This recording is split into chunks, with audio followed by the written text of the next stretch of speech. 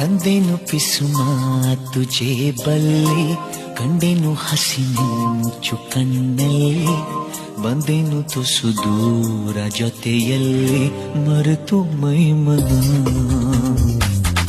ನಿನ್ನ ಬೆರಳು ಹಿಡಿದು ನಾನು ನೀರ ಮೇಲೆ ಬರೆಯಲೇನು, ನಿನ್ನ ನೆರಳು ಸುಳಿಯುವಲ್ಲೂ ಹೂವ ತಂದು ಸುರಿಯಲೇನು. ನಂಬಿಕೂತ ಹೊಂಬ ನಾನು, ನೀನು ಹೀಗೇನಾ?